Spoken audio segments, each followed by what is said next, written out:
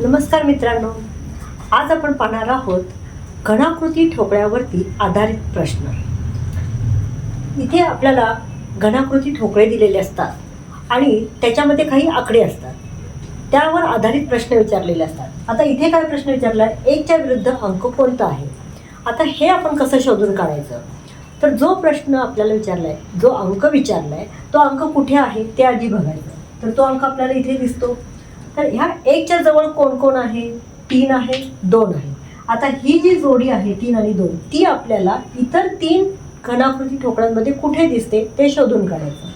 3 आणि 2 इथे दिसते का, 5 1 3 इथे नाहीये, 3 5 6 इथेही नाहीये, 4 5 6 इथेही नाहीये।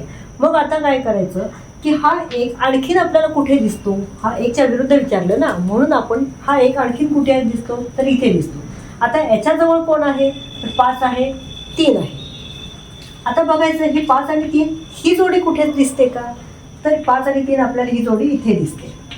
ज्या वेळेला ही जोडी सेम आपल्याला इथे दिसते, 1 च्या जवळ इथेही आहे, त्या 5 आणि 3 च्या जवळ कोणता अंक आहे, 6 अंक आहे। म्हणजेच ह्याचा अर्थ 1 च्या विरुद्ध कोणता अंक असणार आहे, 6 अंक असणार आहे। इतकंच सोपं आहे। जर अशाच ट्रिक्स तुम्हाला जर समजून घ्यायच्या असतील तर माझ्या व्हिडिओला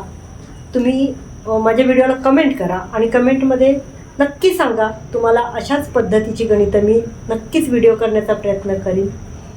आणि माझा व्हिडिओ तुम्हाला आवडत असतील तर लाईक करा, मित्रांच्या सोबत शेअर करा आणि सबस्क्राईबसुद्धा करा। धन्यवाद।